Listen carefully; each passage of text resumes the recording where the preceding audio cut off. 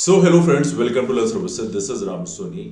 मध्य Pradesh PSC ने MPPSC 2020 interviews के लिए प्रेफरेंस फॉर्मेट दे दिया है। आप देख सकते हैं ये दिया हुआ है। इसमें जो 87% में चयनित आवेदकों हेतु अग्र मान्यता पत्रक है ना। 87% वालों के लिए, जो कि 13% वालों का नाम प्रोविजनल में हो जाएगा। तो प्रोविजनल वालों का नाम तो बंद लिफाफे में रहेगा, उसके बारे में तो हाई कोर्ट के जजमेंट के बाद ही चीजें होंगी।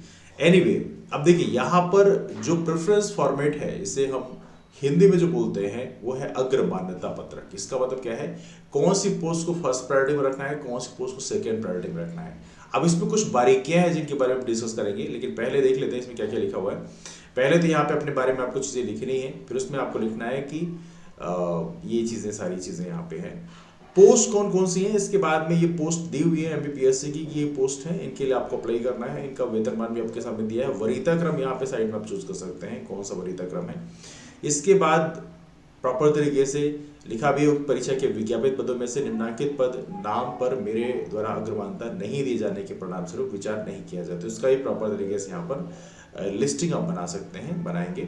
इसके बाद अपने हस्ताक्षर कर देंगे। तो ये सारी चीजें बेसिकली यहाँ पर है, और घोषणा है कि हमारे द्वारा दी गई इन्फॉर्मेशन सही है।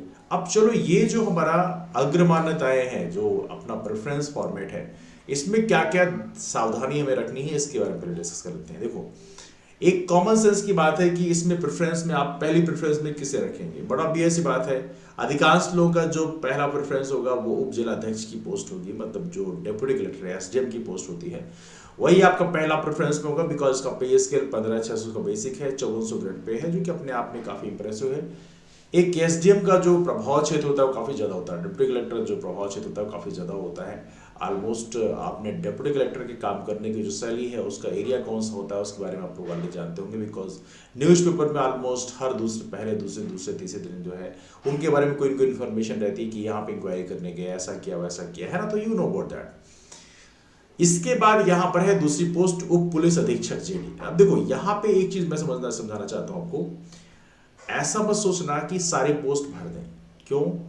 बिकॉज जो वर्दीधारी पद हैं, अब यहाँ पे बहुत सारी पोस्ट ऐसी हैं जो वर्दीधारी पद हैं। जैसे इसमें ये जो दूसरी पोस्ट है आपकी, उप पुलिस अधीक्षक, मतलब डीएसपी की जो पोस्ट है, वर्दीधारी पद में भरते वक्त आपको ये विशेष ध्यान रखना है कि यदि आपको वो पोस्ट अलॉट कर देगी तो उसका जो फिजिकल है वो आपको क्लियर करना पड़ेगा। अंडरस्टैंड? मतलब जो उसकी फिजिकल है, मतलब जो उसका फिजिकल रिक्वायरमेंट है, वो आप क्लियर होने चाहिए। अदरवाइज ये फील कर दिया, अब देखो ये कितना बड़ा दिक्कत हो सकती है। ऐसे मान लीजिए आपने इसको सेकंड प्रायोरिटी में रख दिया और आपको यही सर्विस मिल गई। सर्विस मिलने के बाद में फिर आपका चेकअप किया जाएगा मेडिकल, और मेडिकल में यदि आप फेल हो गए तो उस कंडीशन में सर्विस से आपको बाहर निकाल दिया जाएगा। तो यहां पे विशेष ध्यान रखना है कि जो लोग वर्दीधारी पद, देखो वर्दीधारी पद की रिक्वायरमेंट क्या है, वो प्रॉपर तरीके से एमपीपीएससी नोटिफिकेशन में जाके आप देख लेना। वर्दीधारी पद के लिए यदि आप एलिजिबल नहीं हो तो उसको प्रायोरिटी लिस्ट में रखना ही नहीं। This is very important. यदि आप उसके लिए एलिजिबल हैं तब उसका नाम रखिए, अदरवाइज उसका नाम मत रखिए। यह आपके लिए जरूरी है। तो इन चीजों का आप विशेष ध्यान रखिएगा। बिकॉज बहुत सारे लोगों को लगता है कि नहीं भर रहे हैं तो सारे के सारे भर देते हैं, तो ऐसी चीजें, गलतियां नहीं कर रही हैं। जिला सेनानी है, इसके बाद ये भी वर्दीधारी पद हो गया। इसके बाद सहायक संचालक जनसंपर्क विभाग हो गया, तो इसको आप फिल कर सकते हैं। सहायक संचालक स्कूल शिक्षा विभाग, काफी बढ़िया पोस्ट होती है। आपको ये जो पोस्ट मिलती है वो basically BO, block education officer की जो पोस्ट है वो लगभग इक्विवेलेंट होती है। सहायक आयुक्त सहकारिता और सहायक पंजीयक सहकारी संस्थाएं, ये भी काफी इंपॉर्टेंट पोस्ट है, सहकारिता विभाग की होती है।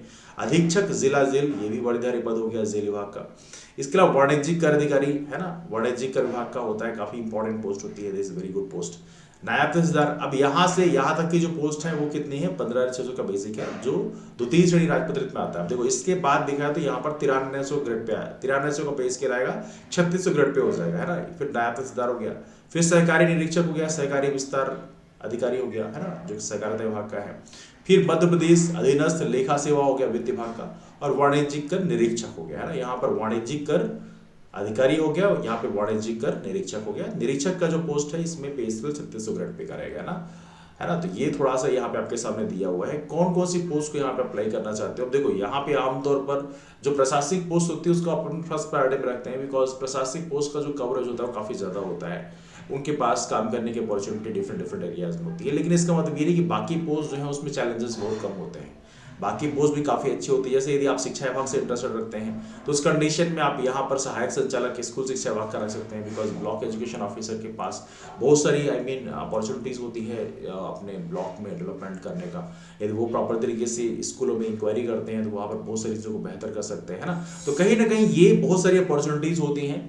तो हालांकि सारी पोस्ट अच्छी हैं, इसमें कोई शक की बात नहीं है, लेकिन जो प्रशासनिक पोस्ट हैं उनको आप टॉप प्रायोरिटी में रख सकते हैं। उसके बाद जो बाकी पोस्ट हैं डिपेंडिंग अपॉन योर इंटरेस्ट, जिस एरिया में आपका इंटरेस्ट हो, या कई बार ऐसा होता है कि हम उस फील्ड से बिलोंग करते हैं, या हमारे घर में कोई ऐसा हो जो कि प्रॉपर तरीके से वाणिज्य विभाग का रहा हो, तो उसमें आपका इंटरेस्ट थोड़ी ज़्यादा होता है, बिकॉज आपको लगता है कि नहीं इस एरिया में थोड़ी ज़्यादा अच्छा है, मैं ज़्यादा बेहतर कर सकता हूँ, तो उस कंडीशन आप उस एरिया में कर सकते हैं ना। तो इस तरह से आप अपनी प्रायोरिटी चूज कर सकते हैं। बट इस चीज़ को विशेष ध्यान रखें, जो वर्दीधारी पद हैं उसको चूज करने के पहले इस चीज़ को इंश्योर कर लें कि आप उसका फिजिकल क्वालिफाई कर रहे हैं नहीं कर रहे हैं। जो भी उसकी कंडीशंस हैं, एज लिमिट क्राइटेरिया, वो सारी की सारी आपकी क्लियर होनी चाहिए, अदरवाइज आपको बाद में दिक्कत हो जाएगी, है ना।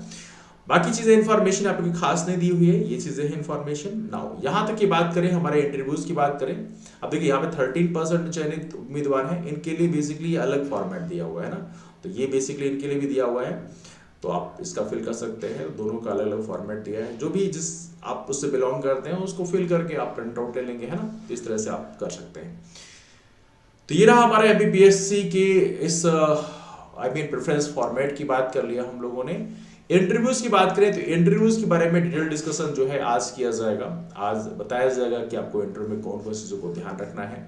बिल्कुल बेसिक से बताया जाएगा कि आपको ड्रेस कोड से लेकर सब कुछ बताया जाए, किस तरह से आपको एंट्री करना है, किस तरह से आपको आई कॉन्टैक्ट रखने हैं, इसके अलावा कौन कौन से टॉपिक्स जो हैं उसको किस एस्पेक्ट में आपको तैयार करने हैं, बिकॉज बहुत सारे ऐसे टॉपिक होते हैं जो एनालिटिकल होते हैं, जहाँ पे ओपन बेस्ड क्वेश्चन तैयार होते हैं। तो ऐसे क्वेश्चंस कैसे तैयार किया जाए, और इन चीज़ों के बारे में आज डिटेल में डिस्कस किया जाएगा। डिस्कशन को फिलहाल इनसे वाइंड अप करते हैं। तो आपके पास फर्दर कोई डाउट्स हैं, क्वेरीज हैं, तो आप नीचे कमेंट करके पूछ सकते हैं।